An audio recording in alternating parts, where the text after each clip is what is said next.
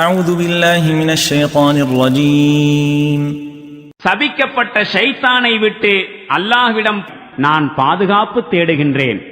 إذ يوحي ربك إلى الملائكة أني معكم فثبتوا الذين آمنوا سألقي في قلوب الذين كفروا الرعب فاضربوا فوق الأعناق واضربوا منهم كل بنان.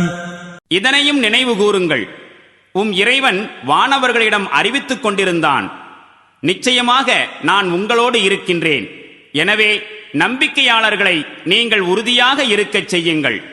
இதோ நிராகரிப்பாளர்களின் உள்ளங்களில் பீதியை ஏற்படுத்தி விடுகின்றேன்.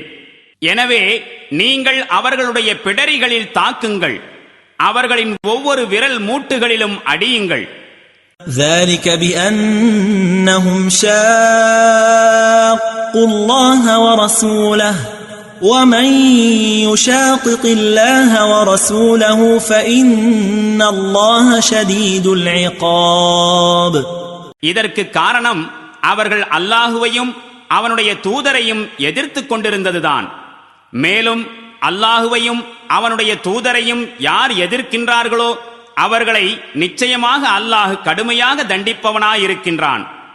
ذلكم فذوقوه وأن للكافرين عذاب النار.